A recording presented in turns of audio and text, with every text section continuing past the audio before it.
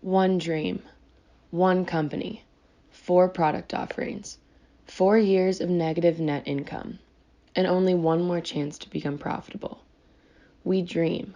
We have passionate ideas about what is possible in this world. Our passions lead us to create experiences and realities that expand our world and inspire those around us. Only time will tell if Nick Woodman, founder, surfer, skier, motorsports enthusiast, and CEO, will be able to turn his 2002 innovative and aspirational dream into a long-term success. Our company is built up of 863 employees, $1.15 billion in revenue, and 25,000 retailers in 100 countries. What once began as a small camera and wrist strap company has become an international name, selling over 26 million GoPros per year. We have battled opinions in the marketplace, overpriced products, depleting investor confidence, superior and cheaper competitors, undermined consumer experience. Big Hero 5 must come to the rescue. We have Jared, Juan, Lucky, Sarah, and Will. Big Hero 5 is here to save the day by going pro or going home. The heart of GoPro is found in the millions of passionate GoPro users around the globe who bring the magic to life.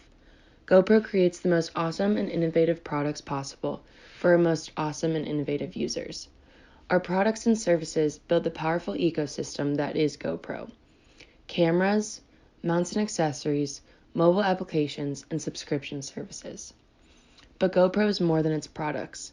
Customer intimate means that we are driven to innovate, develop, and connect to our unique, adventure-loving, passionate customers worldwide. GoPro is transforming the way people capture and share their lives. What began as an idea to help athletes self-document themselves engaged in their sport has become a widely adopted solution for people to capture themselves engaged in their interests, whatever they may be. From extreme to mainstream, professional to consumer, GoPro enables the world to capture and share its passion. And in turn, the world has helped GoPro become one of the most exciting and aspirational companies of our time. GoPro tells the story of our customers. We predict 2020 will be an action-packed year, with a new product release, the Hero 8 camera, and 1 quarter of success so far. Where will GoPro go? Will they be able to go pro, or will they have to go home?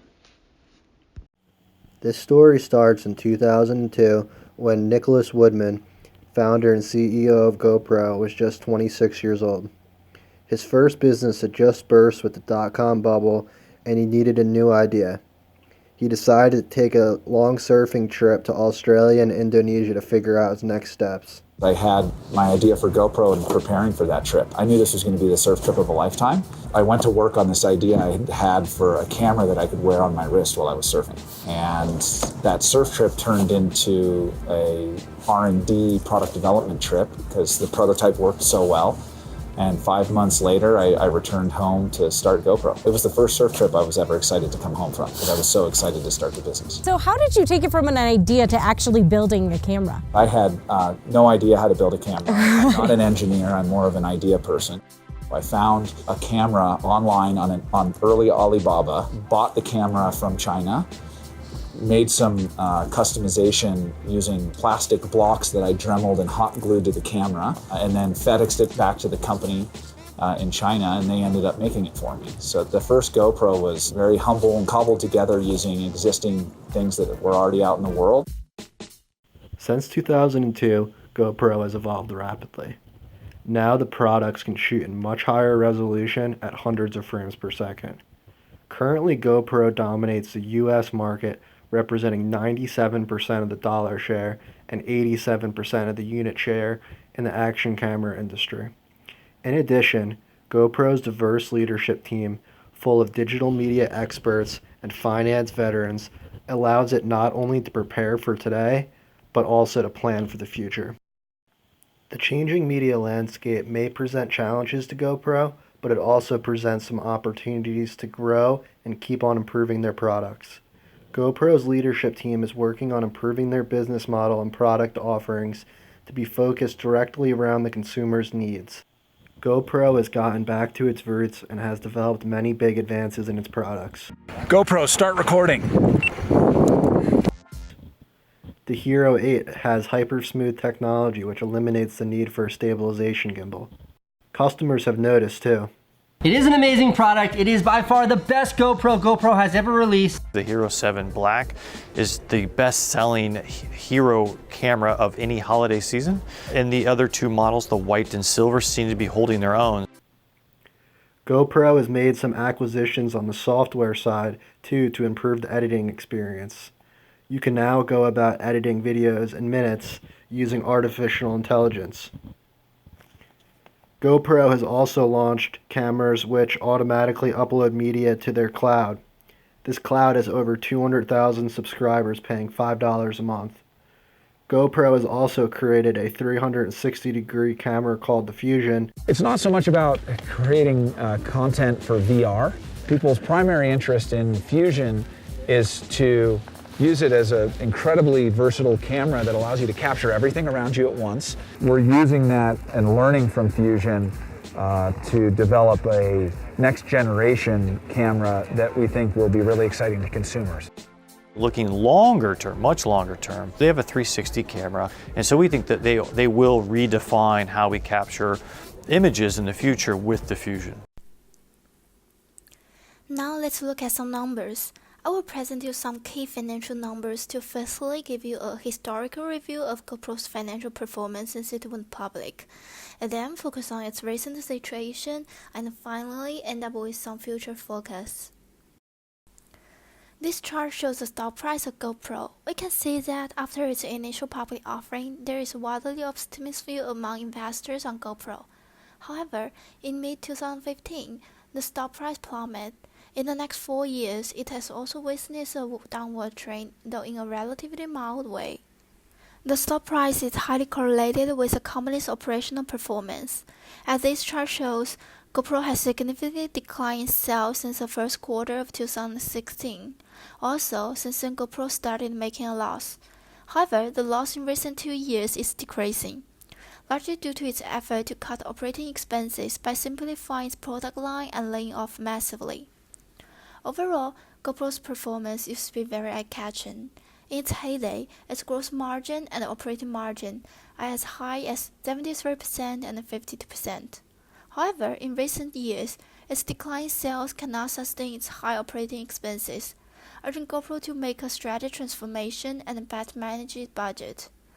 We can tell from this chart that in recent 2 years, the portion of revenue going to SG&A and R&D falls. So where the money goes, they go to sales and marketing. This trend exactly caters GoPro's transformation from a product leader to a customer intimate. Now let's move on to its recent situation. Let's see how GoPro functions in 2019. In early October, GoPro informed the public of its production delays for the new flagship camera, resulting in one of its worst days at the stock market. However, the third quarter financial result has restored some confidence, as the loss is narrower than analysts' expectations. Though the sales are very low, GoPro's effort to cut operating expenses made a remarkable achievement.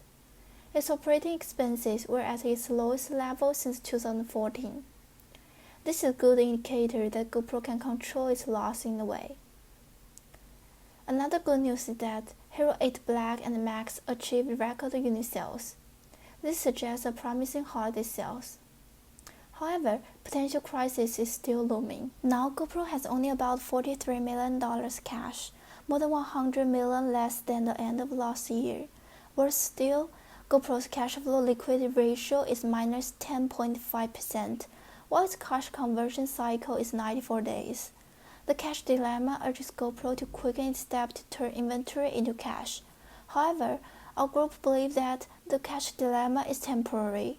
It will be alleviated by the forthcoming holiday season. Therefore, as for the future, in the short run, it depends on whether the holiday season can help GoPro boost annual sales. In the long run, many believe an acquisition for GoPro is not a matter of if, but when. There are already rumors that companies such as Apple or Xiaomi will acquire GoPro. Acquisition will be a good choice for GoPro if a win-win cooperation can be concluded. Even if no one acquires GoPro, we still have confidence in GoPro. We believe GoPro is so far on the right way, building a sentiment among camera lovers and an ecosystem of service. Woodman seems open to doing what it takes to keep GoPro alive. He has said that he would potentially sell the company if the right buyer were to come along, and he hasn't ruled out taking the company private. Is there a situation where you'd consider taking the company private again? If it's a good strategy that would make for a stronger company and a stronger brand and give us better growth prospects for the future, I would be open to any strategy. GoPro is an extremely visible brand online. Their social media channels are popular and curated. Because video is their bread and butter, their Instagram account and its 16 million followers is star of the show. Their gram feed is a goldmine for those seeking to view footage of heart-stopping thrills a surfer or downhill skier would experience. The GoPro experience is embodied in this digital showcase, and they managed to sneak in some other marketing tactics to increase engagement. For example, promotion of GoPro's Hero 8 Max $1 Million Challenge has been heavy across their platforms. This promotion inspires fans and users of the Hero 8 cameras to submit footage they have captured with their newest products for the chance to win $1 million if their video is selected by GoPro. But viewership of their own social media videos and promotions pales in comparison to the collective engagement power brought by those who use GoPro cameras for their own brands. Famous athletes, tech reviewers, and content creators. YouTube bloggers and influencers are quick to review GoPro's products just as they are quick to use the cameras for the recording of their next video. This is the just announced today GoPro Hero 7 Black. A little over a month ago, GoPro invited me and a bunch of other tech journalists, I'm not a tech journalist, they invited me anyway, out to this really fun water park, mountain bike, day of adventure to test these things out. I haven't been able to post any footage from that because it's been under an embargo, but here today I get to finally share with you my experience in testing the Hero 7 Black. The use of this free viral word-of-mouth marketing is what catapulted GoPro to a household name, and it will continue to be essential for GoPro's further success. For example, the new Hero 8 Black already has dozens of review videos with hundreds of thousands of views on YouTube. This is a good sign and shows quick interest has developed in these new products. Combined with clever promotion such as the $1 Million Challenge, GoPro should continue to utilize their product's essential capacity as a tool for viral videos to create hype for their newest line of products and increase sales. Things are looking up, as CEO Nick Woodman went on to say in their recent third quarter earnings call. So every indication is that the products are unquestionable hits with consumers, and that just in turn gives retailers further confidence in our products and in the brand to do really well for the holiday. So I think we're feeling good, our retailers are feeling good, and we should expect to have a strong quarter. Although GoPro created a whole new category, action camera, in 2002, the market became very crowded in the past decade, as many big tech companies like Sony and Garmin entered the market, as well as many less famous competitors entered this market with a really low price. As we can see on Amazon, when you search action camera, there are many competing products at only $50 and have thousands of customer reviews. GoPro also sells on Amazon, as Amazon really helps the company reach a wider group of customers and make the products more accessible. But GoPro doesn't really have many competitive advantages here because of the much higher price and only a few customer ratings. In order to build customer loyalty and prevent them from switching to other brands on Amazon, GoPro is now focusing on the sales growth through its official website, GoPro.com. On the website, customers can buy GoPro here also with free 2-day shipping and returns. Besides, customers can get info about GoPro mobile app and manage their GoPro Plus subscription using one single account. For customers, the official website is a much more convenient and effective way to get after-sales service than Amazon.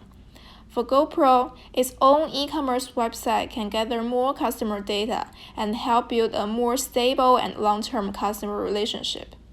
The sales on GoPro website has jumped 50% from October 2017 to September 2018, which represented an initial success of GoPro in its battle with Amazon. Besides its own e-commerce channel, GoPro is investing more in marketing, especially in marketing research, in order to know their customer better and serve them better. As the CEO, Nick Woodman, said, In the early days, we didn't do any consumer research. Starting with last year's Hero 7 camera, that all changed. By doing consumer research, we learned how important things like video stabilization are to them. It was at the top of the list last year.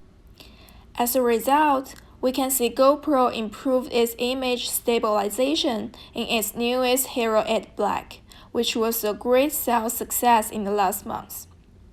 In addition, influencer marketing is another core marketing strategy that GoPro is pursuing.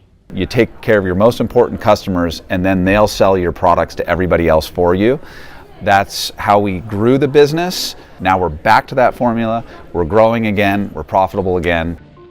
You know, our most successful years, we were small and scrappy. I like thinking of the organization as an athlete, and being fit, nimble, is always better. Our focus is to do fewer things better. GoPro will inevitably hit more bumps in the road.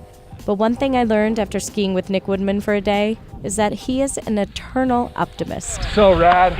Do you think it'll ever be possible to get back to your stock highs?